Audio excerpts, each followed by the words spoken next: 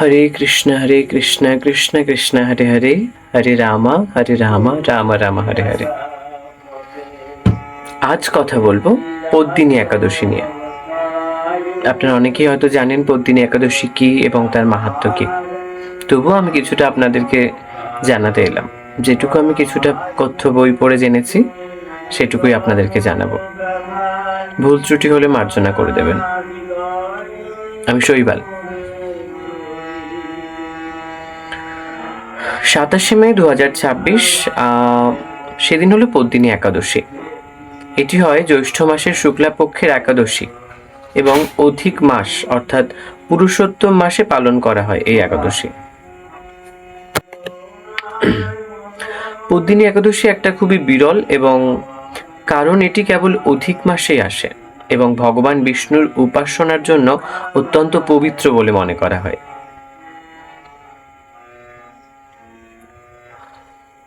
তো এবার আমরা জানবো পদ্মিনী একাদশীর মাহাত্ম্য এবং পুরাণ মতেই কোথায় কি লেখা আছে সেসব বিষয়।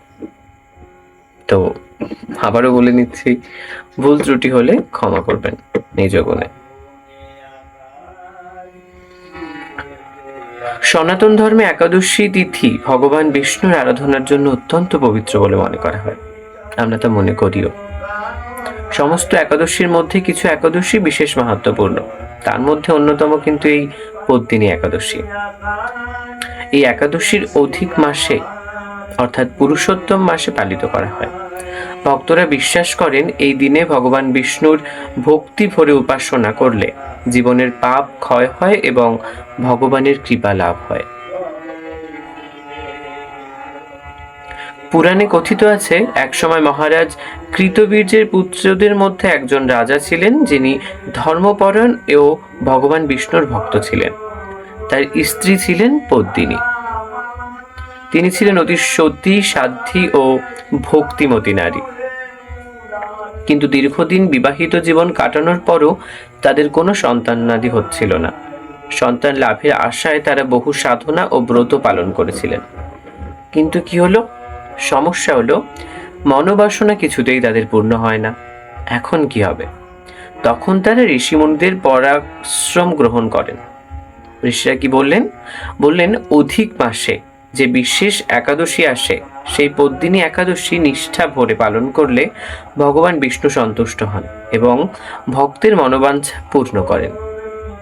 তখন রানী পদ্মিনী তখন অত্যন্ত ভক্তিযুক্ত মনে এবং নিয়ম মেনে এই ব্রত পালন করলেন।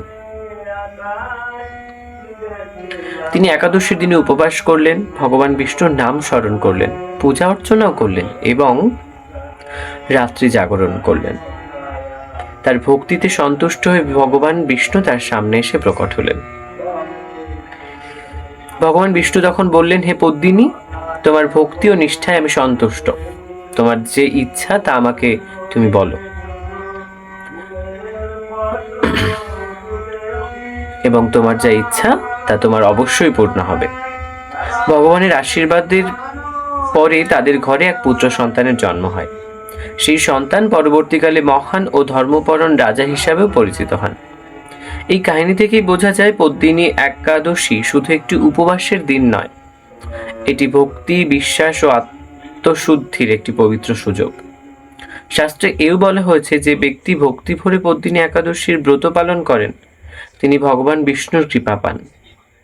জীবনের অশান্তি দূর হয়, মন পবিত্র হয় এবং ঈশ্বরের প্রতি ভক্তি বৃদ্ধি পায়।